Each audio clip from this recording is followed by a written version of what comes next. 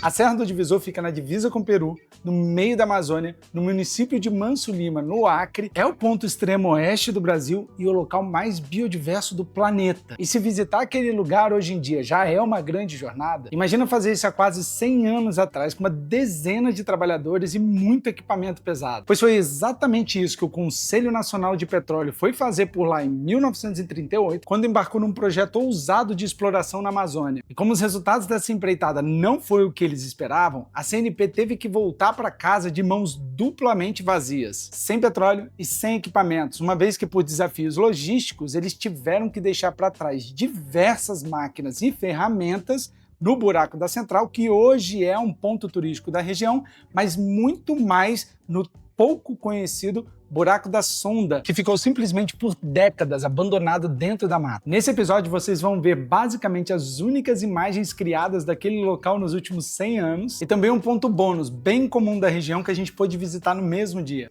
E eu já vou pedir de coração para você fazer aquele combo aqui do YouTube de curtir, compartilhar, comentar e se inscrever aqui no canal, porque isso ajuda demais a manter esse conteúdo sendo produzido e tem muita coisa desse Brasilzão aí pela frente que eu ainda quero mostrar. Então, sem mais delongas, bora pro vídeo, galera. Muito bom dia, mais um dia aqui na Serra do Divisor. Eu tô aqui agora na pousada Canindé, recuperado daquela nossa grande aventura no ponto extremo oeste e pronto para mais uma hoje. A gente vai com uma equipe hoje passar o dia fora. Tá um friozinho maravilhoso. Acredite se quiser, fazendo 18 graus. Chega, sumiu a Serra do Divisor hoje mais cedo lá. A gente já tomou um café, está pronto para sair. O objetivo do dia era visitar o pouco conhecido Buraco da Sonda, mas se tivéssemos tempo, também a primeira caverna descoberta no Acre, a Caverna do Edson. E quem iria nos guiar era ninguém menos do que o irmão do próprio Edson, seu Edmilson Cavalcante, um dos moradores mais antigos e guia turístico experiente da região. A gente vai começar aqui, seguindo o Rio Mu aqui, para caverna e depois a trilha que não está feita ainda, mas a gente vai fazer a iniciativa dessa trilha que todos os turistas pedem, que é aonde o Conselho Nacional do Petróleo, no ano de 1938, perfurou, lá onde tem a torre e os materiais que ficaram lá. A gente vai conhecer esse lugar hoje.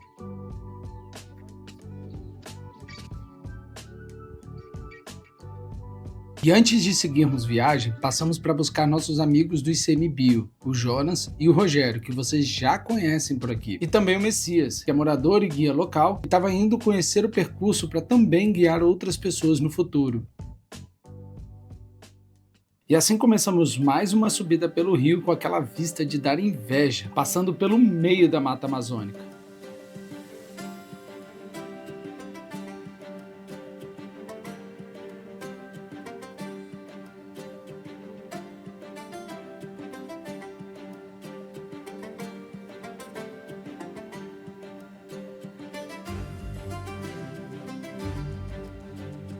Logo passamos pelo Buraco da Central, que por conta da água morna estava fumaçando na beira do rio. Eu já falei um pouco desse buraco no vídeo que fiz sobre o parque, então vou deixar um trecho aqui rolando para contextualizar, mas indico muito você assistir a esse vídeo inteiro para conhecer melhor da Serra do Divisor. O buraco é um poço artificial de 700 metros de profundidade, feito na década de 30 pelo antigo Conselho Nacional do Petróleo, mas que acabou não dando certo para sua finalidade original, criando um fenômeno interessante na região. E mesmo depois de quase 100 anos de vazão, a água não perdeu a pressão. E olha que tentaram. A força da água era muito grande, então um rapaz jogou uma pedra, né, dentro para ver a fundura realmente. Essa pedra ela permite inclusive tomar o banho, né? Que os relatos antigos é que a força era tão forte que ninguém conseguia banhar. Aí essa pedra que foi lançada, ela reduziu um pouco a força da água, mas mesmo assim a pessoa não consegue afundar com o próprio peso, né? Tem que forçar um pouco na mão para poder afundar no buraco.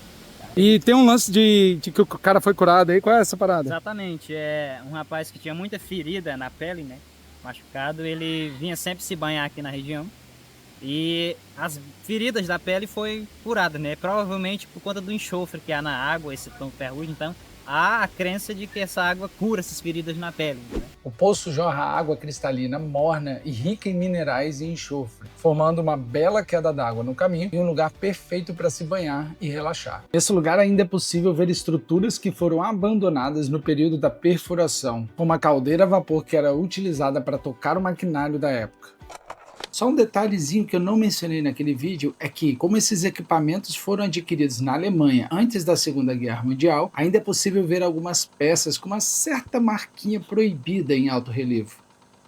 E nesse dia a gente não parou no buraco da central, porque a missão era encontrar o seu irmão perdido, o buraco da sonda. Então continuamos a nossa subida pelo rio Moa por dentro da Serra do Divisor, tão focados no objetivo que nem o frio conseguia nos distrair. Pelo menos alguns de nós não estavam distraídos. O que é muito importante por aqui, porque navegar nesse rio não é moleza.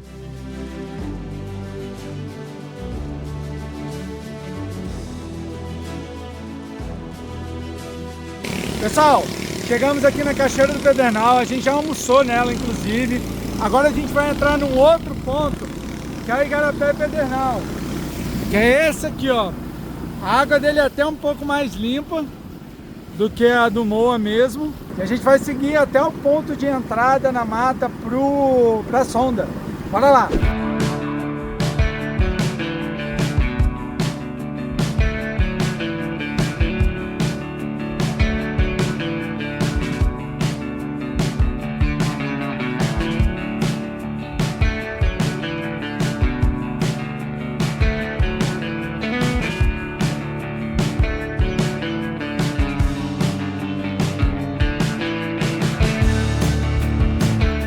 Já pegou um peixão? Pegou na mão agora? Pulou dentro da canoa. Pulou dentro da canoa, né? Boa. Pessoal, chegamos no ponto agora de deixar as canoas. E a trilha. trouxemos um cafezinho aqui pra gente dar uma guaribadinha, né? Esquentado no corpo, porque os dedos estão até dormentes já. E agora é mata, pessoal. A gente vai caminhar. Quanto tempo de caminhada? Nós vamos gastar umas 2 horas porque a trilha tá péssima. Não tem trilha não. Tem canto que tem que cortar. Então umas 2 horas a gente vai ter que fazer uma picada aí, né, Edmilson? E aí a volta é um pouquinho mais rápida, mas de toda forma a gente tem uma ida boa agora. Bora pra mata, pessoal. E daqui pra frente é caminhar dentro de uma mata amazônica fechada e com pouquíssima ou nenhuma trilha. Pelo menos até encontrarmos a estrada que foi aberta por aqui na época da extração. Nada que eu já não tivesse acostumado, mas mesmo assim não dava para dar mole, uma vez que podíamos nos perder fácil aqui. E para complicar ainda mais, não tínhamos as coordenadas do local para usar no GPS, então precisávamos contar 100% com a memória e experiência do Sr. Edmilson. Como graças a Deus ela não falhou, logo nós pudemos encontrar a estrada antiga, o que garantiu uma trilha mais rápida e segura até o buraco da sonda. Aqui eu sou conhecedor que é a estrada por causa do concreto, que eles concretizaram a estrada todinha com essas pedras quebradas na marreta, na mão humana. Então, daqui para frente, até onde nós vamos, a torre, lá onde eles perfuraram, que tá os materiais lá, ferramenta toda, caldeira, tudo. Vamos agora pelo local certo. E isso aqui então, que a gente vê que é mais claro aqui, era a estrada toda. A estrada é a linha reta. Vinha aqui. de lá. Ela vem de norte a sul. Uhum. E esse trecho aqui é onde passava o trator? Aqui é onde passava o trator. Sei se vocês conseguem ver, pessoal, mas tem um veio aqui. A marca do pneu do Jirico. Era um jiricão, né, que passava aí, né? Primeiro tinha 2 tratores, um B4, foi quem abriu a estrada. Nós vamos passar em locais que ele abriu, rasgou terra, e tinha o Jirico também que carregava material. Boa. E antes de continuarmos, eu vou fazer um resumo do contexto histórico daquele momento para você entender melhor o porquê desse povo ter ido até aquele lugar buscar petróleo. O ano era 1938 e para impulsionar a industrialização e a exploração de recursos, o governo de Getúlio Vargas criou diversas instituições como o Conselho Nacional de Petróleo, ou CNP, que mais tarde daria origem à nossa conhecida Petrobras. Isso faz dessa operação na Amazônia Acreana uma das primeiras tentativas de exploração por esse concelho. A região, no entanto, não era completamente inexplorada. Décadas antes, o Acre foi o maior fornecedor de látex do Brasil durante o ciclo da borracha. Esse fato foi crucial para o início da Revolução Acreana, liderada por Plácido de Castro, que reivindicava a posse de todo o território para o Brasil, que até então era pertencente à Bolívia. A guerra se encerrou em 1903, com a vitória dos seringueiros brasileiros e a assinatura do Tratado de Petrópolis, no qual o Brasil comprou essa área dos bolivianos, consolidando o território nacional como conhecemos hoje. Por conta da crise de 29, o clima mundial estava tenso. Diversos países se tornaram palco de regimes autoritários e os discursos nacionalistas de autossuficiência conduziam as ações práticas dos governos. E no Brasil não foi diferente, uma vez que Getúlio Vargas instaurou em 1937 um Estado Novo, dando início ao primeiro período ditatorial formalizado do nosso país. Com isso, a corrida do petróleo se tornou uma das prioridades em todo o mundo, não apenas por motivos econômicos, mas também estratégicos e militares. Essa urgência se justificou apenas um ano após a tentativa de exploração da Serra do Divisor, com o início da Segunda Guerra Mundial. E o impressionante de passar por essa estrada é saber que há menos de 100 anos atrás essa área foi amplamente desmatada e por aqui passavam dezenas de pessoas e maquinário pesado todos os dias. E mesmo assim a natureza se encarregou de se recuperar quase que completamente, nos dando uma verdadeira lição de finitude nas nossas ações. Então já reflorestou. Desde 1938 para cá essa árvore já nasceu. No caminho do trator, então não tinha isso aqui antes, não, né? Isso aqui foi desmatado, o trator passava aqui no canto dessa árvore. E aí, pessoal, a gente já chegou num ponto aqui que é bem interessante, que é a ponte, cara. Acredita ou não, isso aqui é um pedaço da ponte que eles usavam para passar maquinário e tudo que era necessário para passar. Ainda tem uma dos paus aqui da ponte, você consegue ver ali a estrutura dela muito bem. Até tem um pregão ali, ó, um parafusozão, como eles seguravam. Quase 100 anos tem essa estrutura aqui, e mesmo que a natureza tenha tomado bem ainda conta da coisa, ainda dá para ver a estrutura. Ó, tá mandando bem onde é a estrada. E fica bem nítido onde o trator rasgou aqui. Ó, o barranco ali.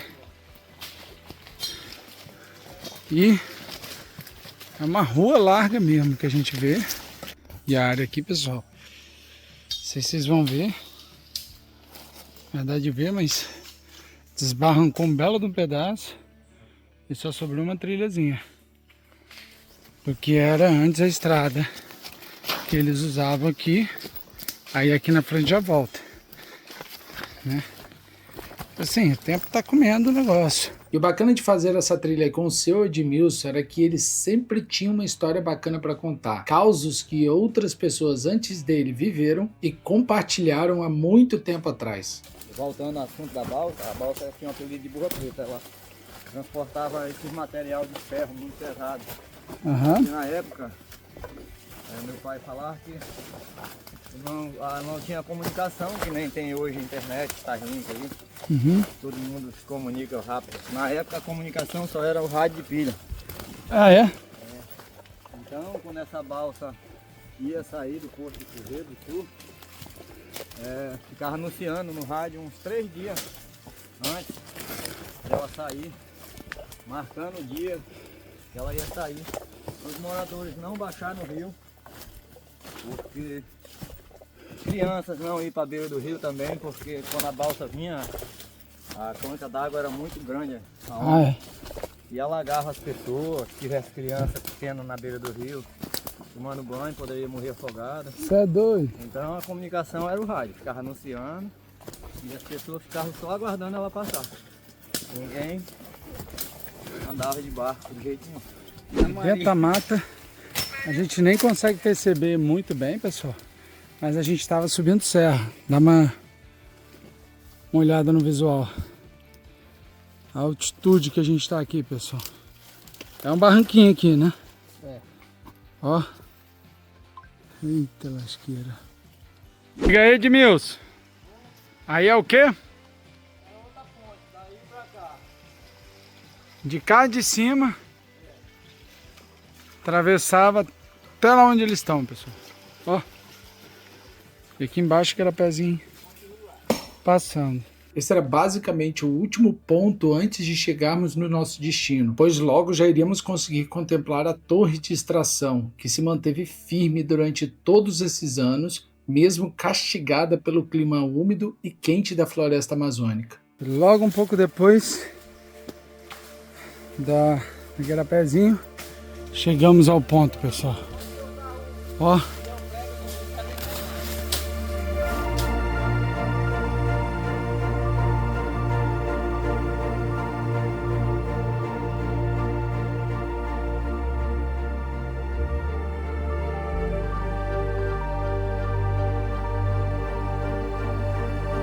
O lugar parecia um verdadeiro cemitério de máquinas, onde o metal e a natureza estavam há quase uma década travando uma batalha silenciosa. E por mais duráveis e robustos que aqueles equipamentos tenham sido construídos, não existe resistência à ação do tempo e das condições naturais daquele local. No fim, a natureza sempre clama o que é dela por direito. E eram tantos equipamentos tão antigos que foram deixados por ali que só podíamos especular para que algumas coisas serviam. Onde foi a segunda perfuração do Conselho Nacional do Petróleo no ano de 1938. E aqui é a torre.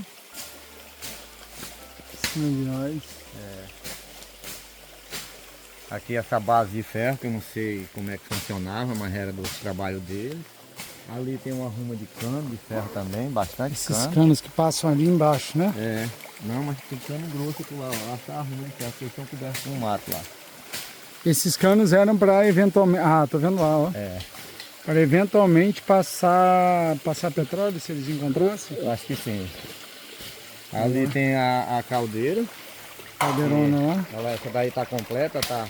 Aquela lado central tá sem as rodas, aquela lá tá com as rodas. As rodas ali embaixo servia para trazer elas, né? É, para tu puxar. E essa daí é que era responsável que gerava a energia, né? Para fazer tocar a torre e fazer a perfuração do buraco aqui, né? Aham. Que doideira. E você falou que teu pai trabalhou aqui? É, no ano de 1938, o meu pai era daquela primeira guarda territorial, o senhor Enéas, e o governo, como ele era policial, o governo transferiu ele para cá, de Cruzeiro para cá. Aí construiu um barracão lá, naquela cachoeira do Pedernal, onde eles abriram a estrada e vieram fazer essa perfuração aqui. Uhum. E nós somos 7 irmãos, nascemos todos aí, nessa época. Desde que meu pai veio, eu sou o mais novo, já nasci em 1964. Meu pai passou bastante tempo morando aí. E conviveu com o pessoal aqui? Veio junto com esse pessoal. Você lembra de criança vir aqui? Não. Não tinha vindo lá, né? Eu comecei a andar aqui, eu já tinha uns 15 anos. Ah, é? Uhum. Ah, mas de moleque então. Uhum. Chegou a brincar nessa área aqui? É, a gente andava aqui. E aqui, ó, pessoal, vazando a água, água ferrosa. Tentaram fechar o buraco, mas não adiantou não. É igual aquele lá, pessoal, o buraco central. Mesma água. Os registros e documentos sobre essa exploração são escassos, nos deixando com pouca informação sobre o que aconteceu aqui. Mas por sorte eu consegui contato com o proprietário de um dos únicos materiais de imagens e relatos que pude encontrar nas minhas pesquisas. Esse é o Antônio Carlos Boanova, sociólogo e filho de Francisco de Paula Boanova Júnior, médico que atuou junto à equipe da exploração na Serra do Divisor. Minha relação com a Serra do Divisor, além da curiosidade de ler alguma coisa a respeito, então foi indireta, porque o meu pai, no final dos anos 30, ali de 39 para 40, ele foi trabalhar na Serra do Moa, no acampamento lá que o Conselho Nacional de Petróleo tinha para fazer prospecção petrolífera. Ele era médico e ele foi substituir ao médico que antes estava ali, mas passou mais ou menos um ano lá. Ele era malariologista. Ele tinha feito uma especialização lá no Rio mesmo, e foi isso que também o credenciou para ir lá para esse trabalho. Um lugar ermo, né? Não tinha abastecimento próprio das coisas, tipo arroz, feijão, essas coisas, né? Porque você não tinha agricultura ali. O abastecimento, ele dependia da vazão do rio Moa. Então, se o rio estivesse baixo, esquece. Isso para falar só de comida. Tinha toda a questão de comunicações, por exemplo. Ele, numa carta para minha mãe, ele escreveu para ela: olha, quando você escrever carta para mim, você mande entre o dia tal e tal, porque aí, se acontecer isso, ela vai levar só uns 25 ou 30 dias para chegar aqui, porque a carta ia até Manaus. Agora, isso porque ele ainda ensinou para ela um macete que era para mandar em Manaus por uma determinada caixa postal. Porque se não fosse assim, se fosse endereçado para ele lá no acampamento, a carta ia chegar em Manaus, em vez de ir direto lá para Cruzeiro do Sul e Rio Moa, não, ia primeiro para Rio Branco, para ser censurada pelo interventor, porque era o tempo lá da ditadura do Estado Novo, e lá na região lá, eles se davam ao trabalho de censurar carta por carta. O papo foi longe, mas tinha muito mais história bacana do que caberia nesse vídeo. Então eu vou deixar aqui embaixo na descrição o link para o artigo completo que o Antônio escreveu. Recomendo muito a leitura. Um detalhe, pessoal, que eu esqueci de mencionar. Aquele ponto ali estava basicamente sem trilha, ele estava basicamente fechado para visitação. Pouca gente veio, e o seu Edmilson, que é um deles, que trouxe nós, né, seu Edmilson? Então a gente veio abrindo a trilha para cá, um pedaço dela que vai ser reaberta agora futuramente, mas basicamente a gente reencontrou. Isso aí já merece uma curtida de vocês aí pra gente bombar esse vídeo, hein, galera? Valeu, curte e segue nós aí e tamo junto. Visitar aquele local foi uma experiência incrível, uma forma de retornar ao passado e aprender um pouco mais sobre a história da Amazônia e do Acre. E me fala o que você achou do Buraco da Sonda e da sua história. Será que dá para fazer um ponto turístico dali? Comenta aqui embaixo que eu quero saber a sua opinião. O nosso dia estava se encerrando, mas ainda teríamos uma parada rápida no caminho para conhecer mais um ponto turístico da região, a Caverna do Edson.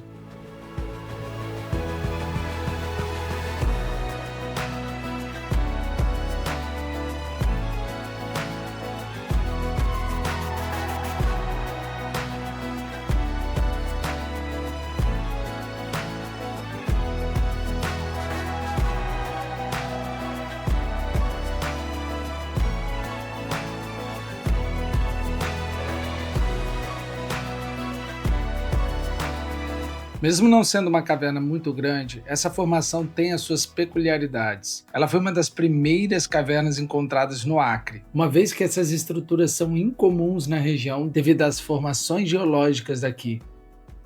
Galera, é uma caverna molhada, passa um riozinho aqui e realmente não é uma caverna tão segura porque o teto dela é arenoso, toda a formação dela é arenosa, na verdade.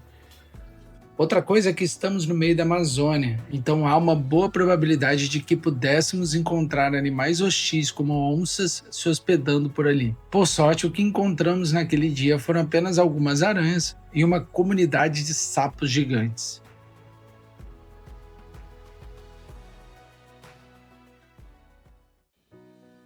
Pessoal, com isso concluímos mais uma aventura pela Serra do Divisor, e que por hora será a minha última.